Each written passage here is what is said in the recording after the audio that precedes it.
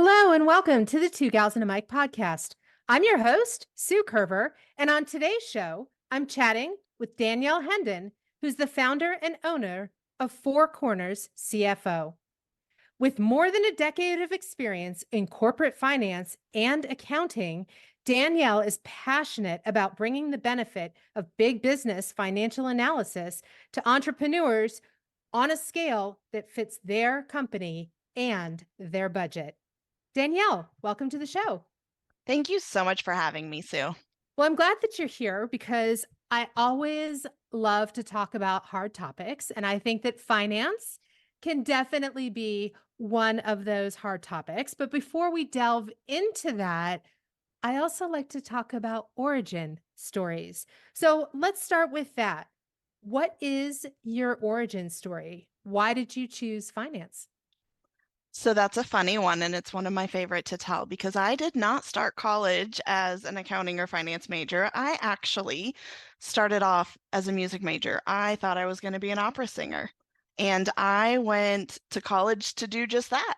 I had an English professor that had us write all about the future of our career. And I realized very quickly in researching that paper that I do not have friends in high places and I am going to be broke. So I decided I probably need to change career paths.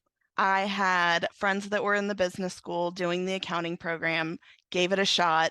Believe it or not, there's a lot in common somehow between music and math, and I loved it. I loved everything about accounting. So I finished my degree, got my master's, did like most people do, and went to a public accounting firm. And again, I really, really loved what I did. I loved who I worked with. I really liked the firm environment for that age and place in my life. But when I started a family, I very quickly decided that 60 and 80-hour work weeks don't mesh very well with a newborn at home when you're barely sleeping anyways. So I left public accounting, being in the Houston area, which is where I'm at. I landed in oil and gas. And I was with an oil and gas company for over a decade, but they went through bankruptcy when the prices crashed a few years ago. And they came out the other side, owned by bankers who started slicing and dicing and selling everything off. And then the pandemic hit. While I say this to a lot of people, and I don't ever want to take away from the trauma that some people went through during that time, it was also a bit of a silver lining for a lot of people, me included, where this, what I will admit was a workaholic mom, got a completely different perspective of parenting. I was figuring out how to teach them stuff and how to get them to study and how to get them to swim and getting to know the friends and the coaches and the parents. And I didn't want to give that up once I had it. So I will be completely transparent and say I didn't do this blindly, but I did have a severance package and an opportunity to take a step back and say, what do I really want out of life? From the accounting side of it, like I really enjoy what I do as an accountant, which I know sounds crazy to most of you, but I really love it. And I didn't want to give that up either. So I wanted to have a way to do what I love and be there for the people that I love. And I was lucky enough to have a friend of mine who runs her own marketing business, small business, that knew a fractional CFO. And she introduced me. And I got the rah, rah, you can do it, you've got this. And I did it. I took a leap of faith, a calculated risk, like I like to say, but a leap of faith. And now we get to take those big business concepts that I know from corporate America and public accounting. And while I never thought I'd say I'm grateful for a bankruptcy, having walked that through and downsized a billion-dollar business to 20 people when I was let go, I knew how to make it fit small. We had to make it fit small. So now I get to take those exact same concepts along with my love of people to the small business world where we get to help build livelihoods and legacies and help businesses that are impacting their communities and their families. And it just feels really good. I love that you talked about being able to take a calculated risk because you kind of had that cushion. You had that severance. Severance gave you a little bit of time to really take a look and focus on the things that are important to you. Walk us through that decision-making process of moving from big corporate to deciding that you wanted to go into the fractional CFO world. Absolutely scariest moment in my life, second to having kids. When I say calculated risk, for me, what that means is literally writing things down. I literally said, okay, this is how much money, this is what we can cut, this is how much we need, this is how long this will last. And if I don't hit this goal by that point, it's time to go back. I did hit the goals. Obviously, I'm still here, but it's also something now looking back, I think I would have pushed no matter what it took to hit those goals because I cannot imagine myself going back now. But you took what sounds like a very practical approach. And I'm not sure that that's always outlined. I talk to a lot of entrepreneurs or a lot of people who would like to move into the entrepreneurial space. And fear is this barrier, right? And it just seems like they can't get past it, myself included, for a really long time because we couldn't figure out step number one. Is that just part of your personality to take a practical approach, or how did you determine that that's how you were going to do this? Yes to personality, but also I don't want to take away from the people that are afraid to take that step. And I'm going to say afraid because it's scary. No matter how many numbers we put on paper, there is still a leap of faith. You still have to take the step. So there's still this piece that is always going to be a leap of faith in every decision. What I will say is that first step was one of many. There are so many calculated risks and leaps of faith that we have to take as business owners. I know my personality and I know my anxiety, and I'll fully admit to that. It's anxiety driven. I know how I control my anxiety is finding ways to take control. What can I control and what can I not control?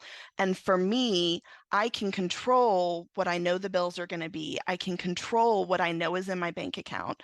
I can control how much time that gives me, and I can control how much hustle I put in the 3 months that I've got to get there. What I can't control is the results. I can monitor them, I can pivot, I can adjust, but I had to take that bit of a leap of faith to say, these are all the things that are in my control, and I can write them down and ease my mind enough to then be able to take that step on top of it. And so you chose fractional CFO. Can you define that term for us? I feel like this is a newer term. It is definitely a newer term for the small business world. CFO in and of itself is a term that corporate has known for a long time. It means chief financial officer. A lot of small business owners don't go very far beyond a bookkeeper and a tax preparer. And sometimes that bookkeeper's you, and it's really just the tax preparer.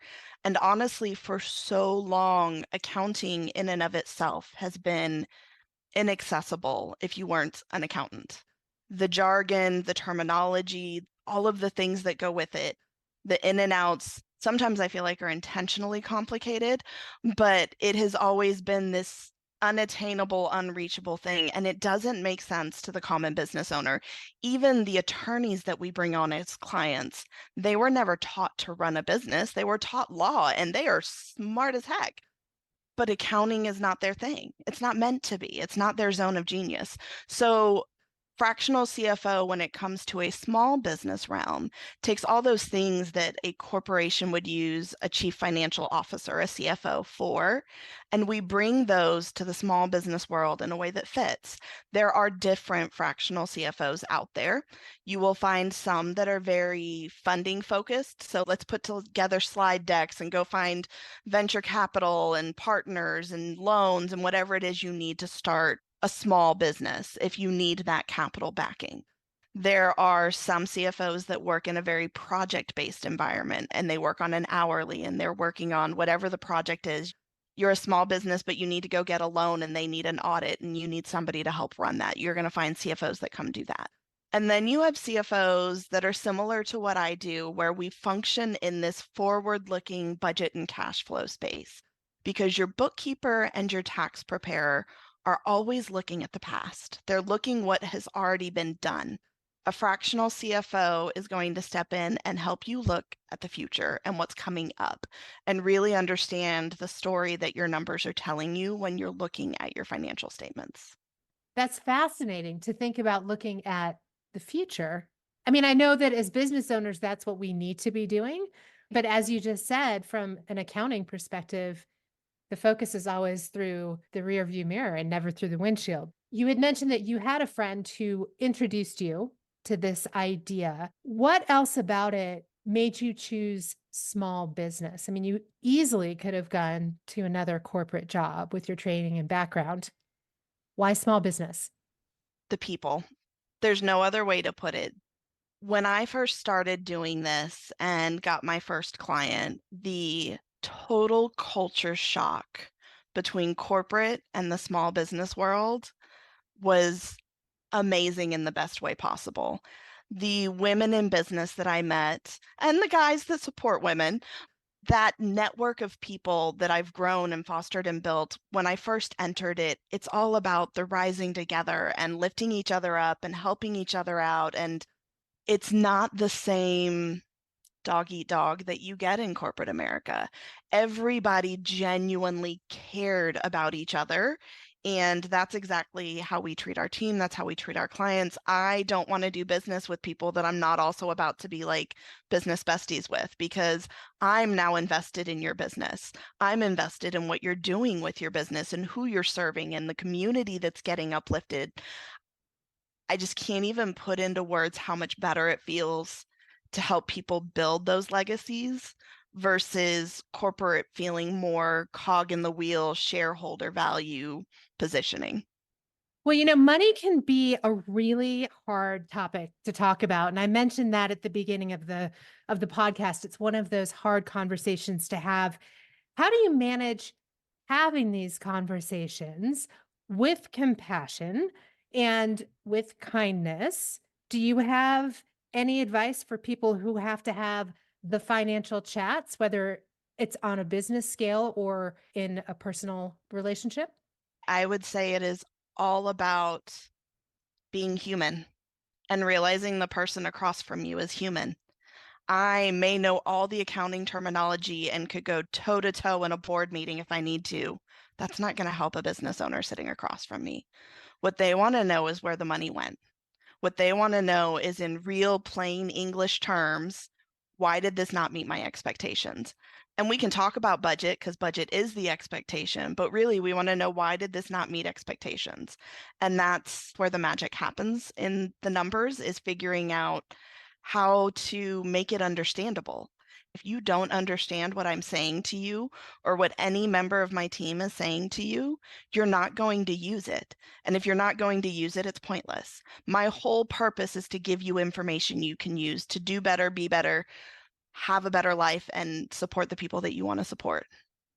Do you have an example, maybe a story about a time when you made that magic happen where you had great results for the outcomes of your efforts?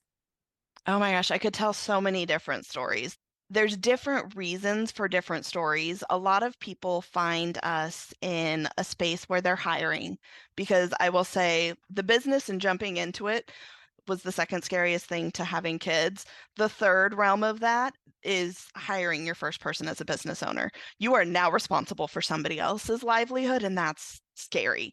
So, rightfully so, a lot of business owners find us when they're in that spot, because the what ifs are the whole reason for a budget and running these scenarios. What if I do this? What happens? So I had a client that was really concerned about growing her business, but she also had a passion for helping her clients. In this scenario specifically, she's an attorney. She does probate law, estate planning, all that kind of stuff, and really loves helping her clients. She was getting more calls than she could handle, and she was having to turn people away, but she didn't necessarily want to grow. When she first hired me, I remember her saying, I just don't want to go backwards. I want to maintain status quo. And lo and behold, we hired an associate, and then we hired a paralegal, and then we hired another associate. And now she's talking to me about, how do I step out of the business? Because when you're on that trajectory and you're watching things closely and you know what you're doing, you get to grow a business that you love being part of, but can also step away from and don't have to always be in. What made her so successful to go from saying, I want to stay status quo to this exponential growth? Honestly, I think it was that calculated risk and leap of faith. She did not necessarily want to make that first hire. She knew in her gut she needed to. She knew she had the pipeline to fill it, but it's a scary step. And being able to put those numbers on paper and go, look, this is the break even. If we hire somebody and you're billing them out at X number of dollars, They only need to do this many hours, and you've paid their payroll. Do you not think you have that many hours?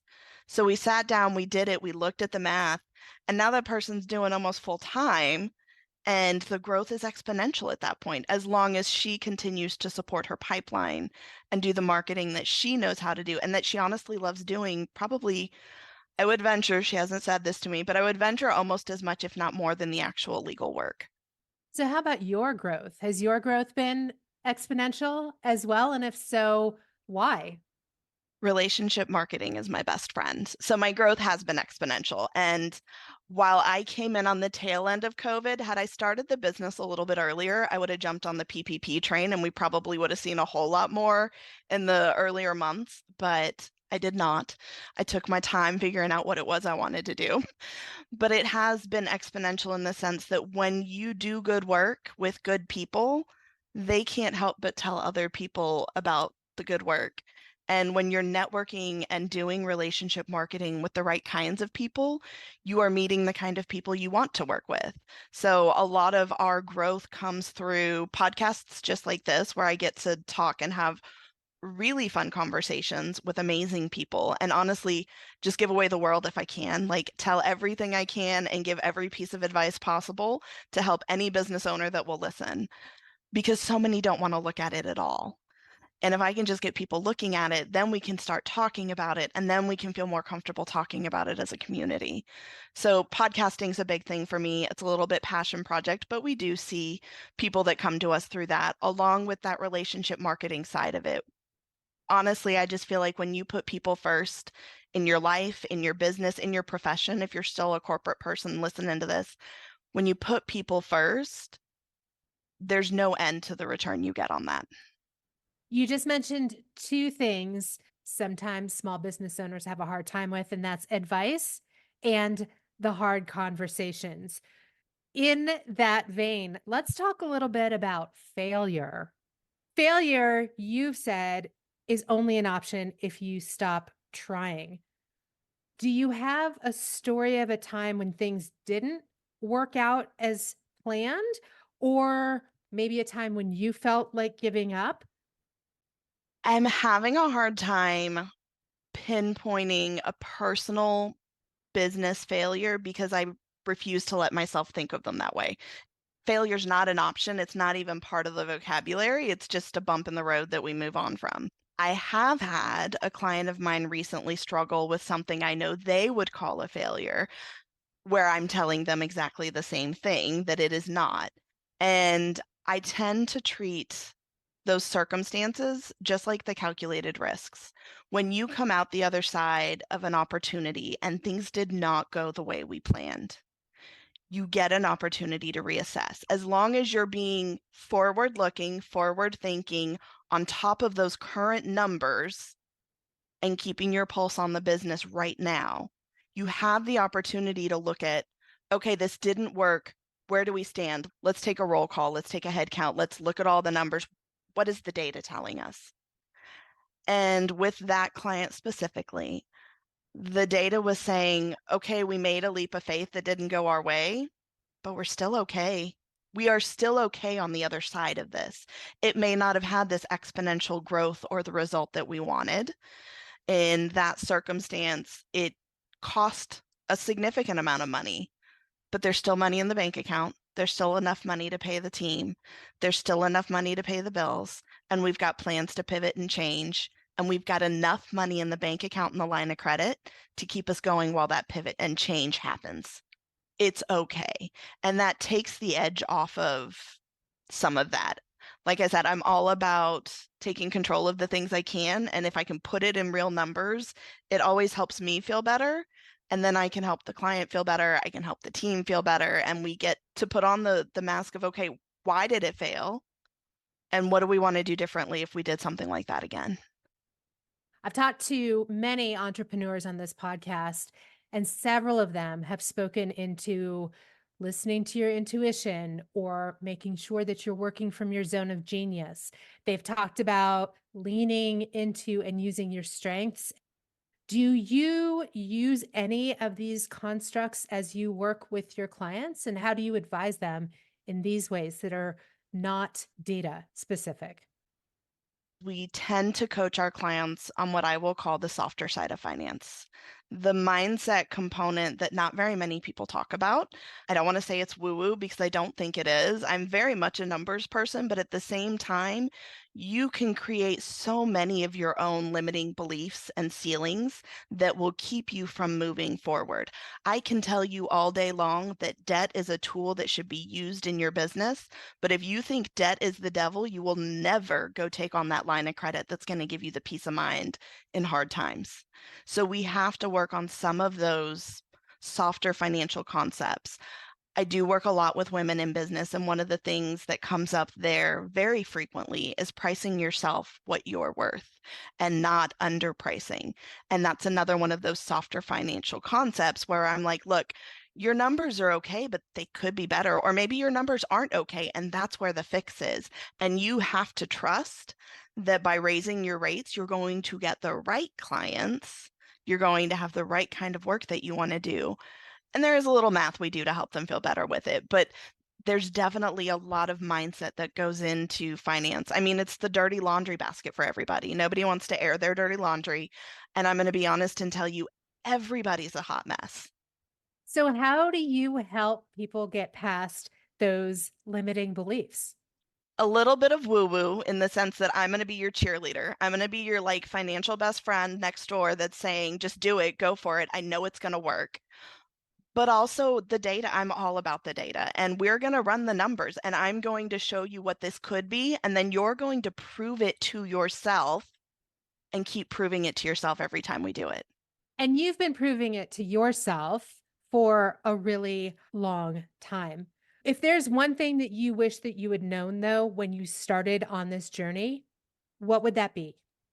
I think I fell into the trap that so many business owners do when they start, and you think small. You think, I can't get the big guys. I can't do the big businesses. I've got to start small so that I don't screw something up. What if they need more than I know? I knew I could, but shifting to that small business world, there was something about it that was like, oh, I'm going to go serve the startups because they really need me and I know how to help them and they'll be really easy. That wasn't my place. That wasn't my zone. We are working on what I will call our soft place to land for startups and for smaller business owners. That's more of a course format.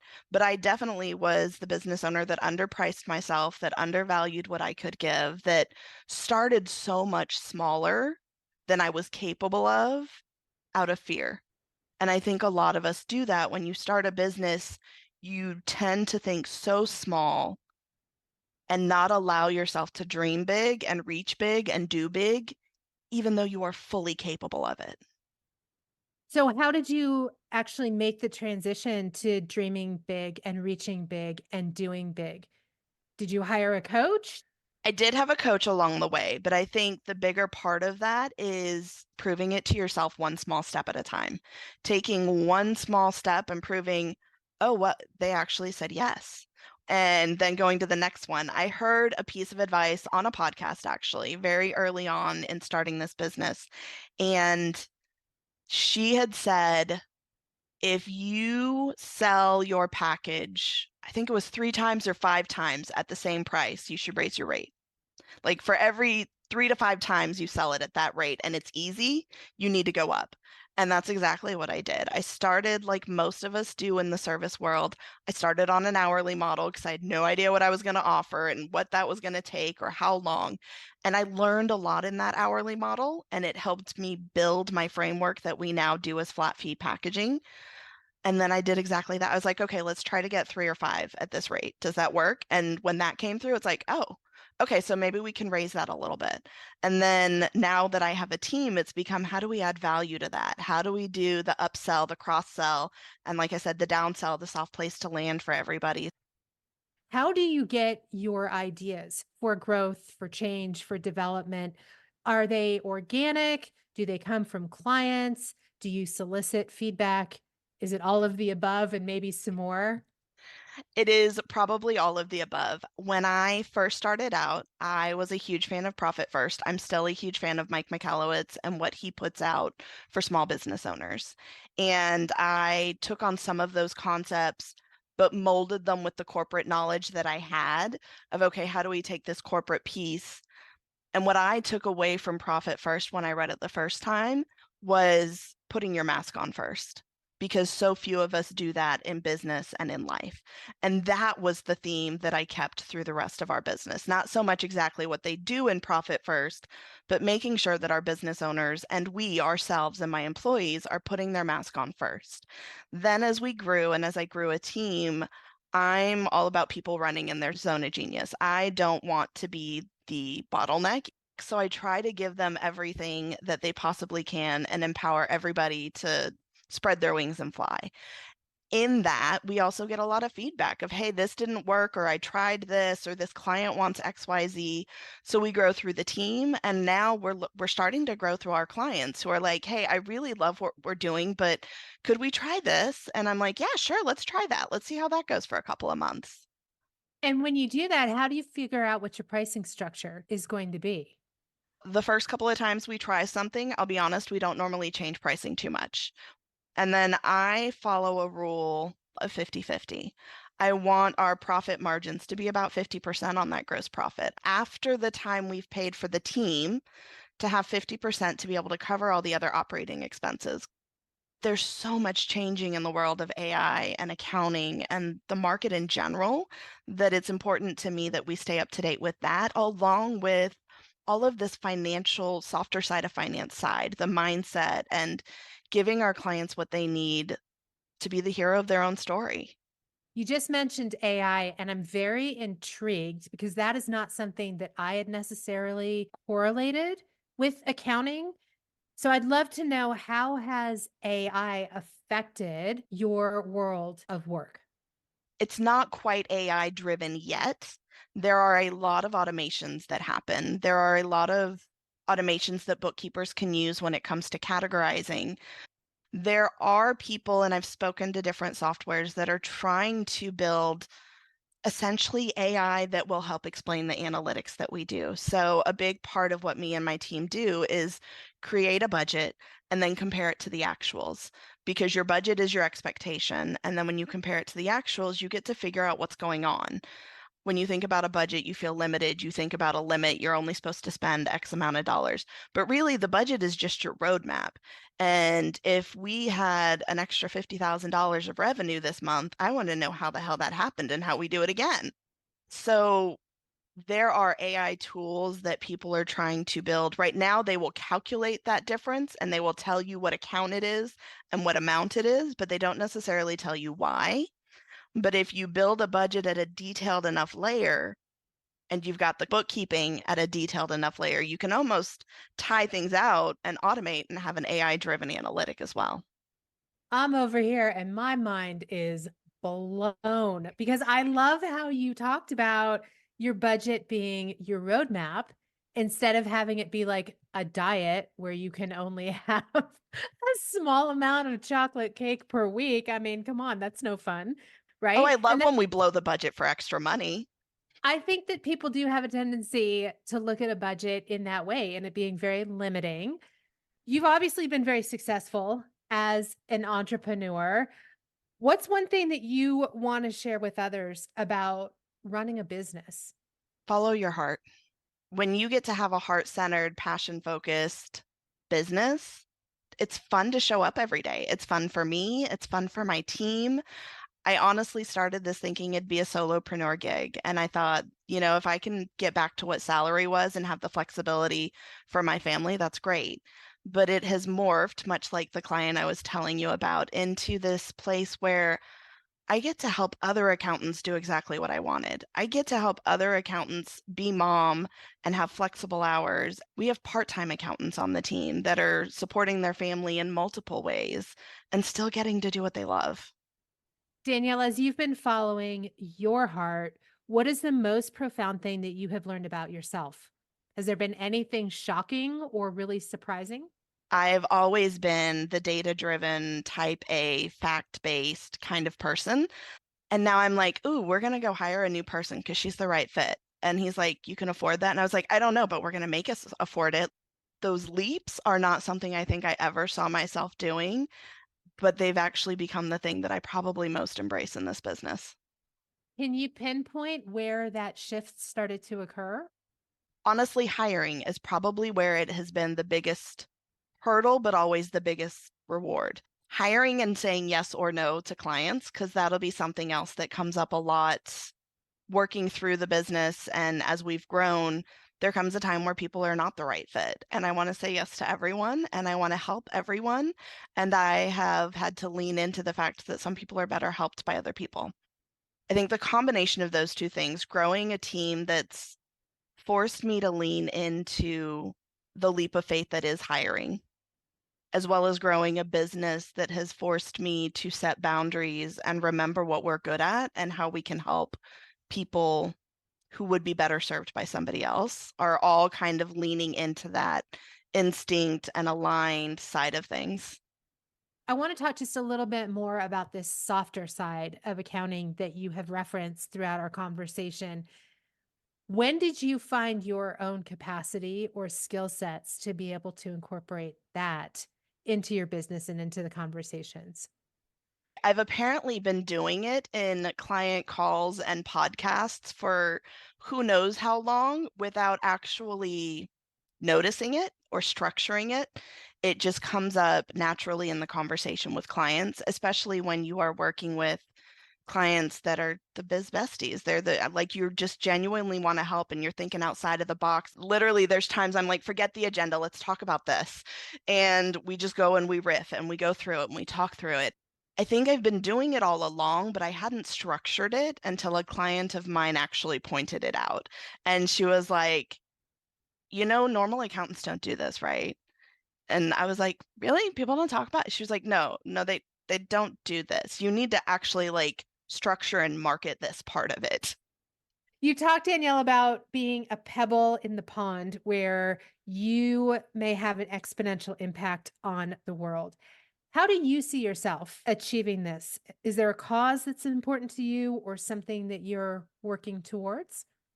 One of the first things I did when I started this business was sit back and ask myself, what is the mission? What are the values? What is the vision?